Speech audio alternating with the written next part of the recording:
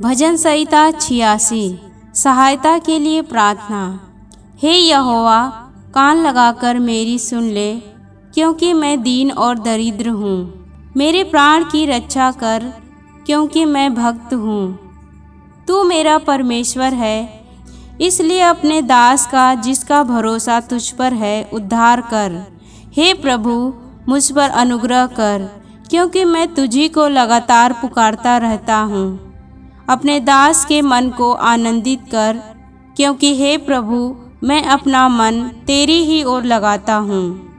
क्योंकि हे प्रभु, तू भला और क्षमा करने वाला है, और जितने तुझे पुकारते हैं उन सबों के लिए तू अति करुणामय है।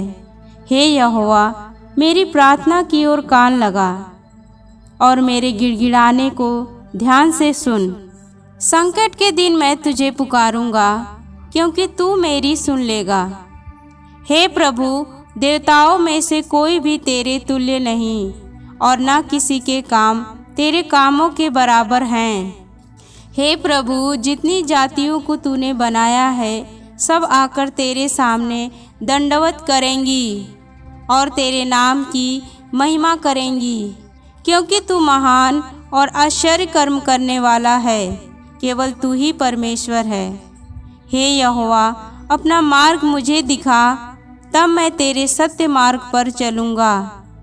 मुझको एक चित्त कर कि मैं तेरे नाम का भय मानूं।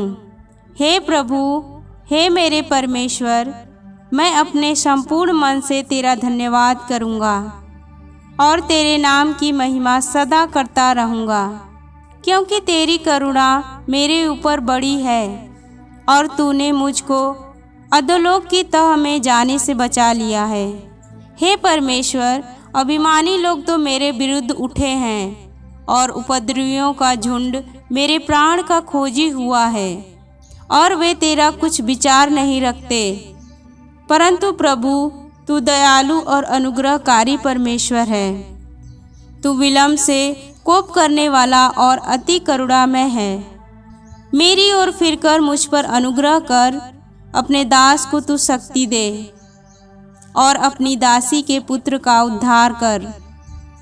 मुझे भलाई का कोई चिन्ह दिखा, जिसे देखकर मेरे बैरी निराश हों, क्योंकि हे यहोवा, तूने आप मेरी सहायता की और मुझे शांति दी है। आमीन।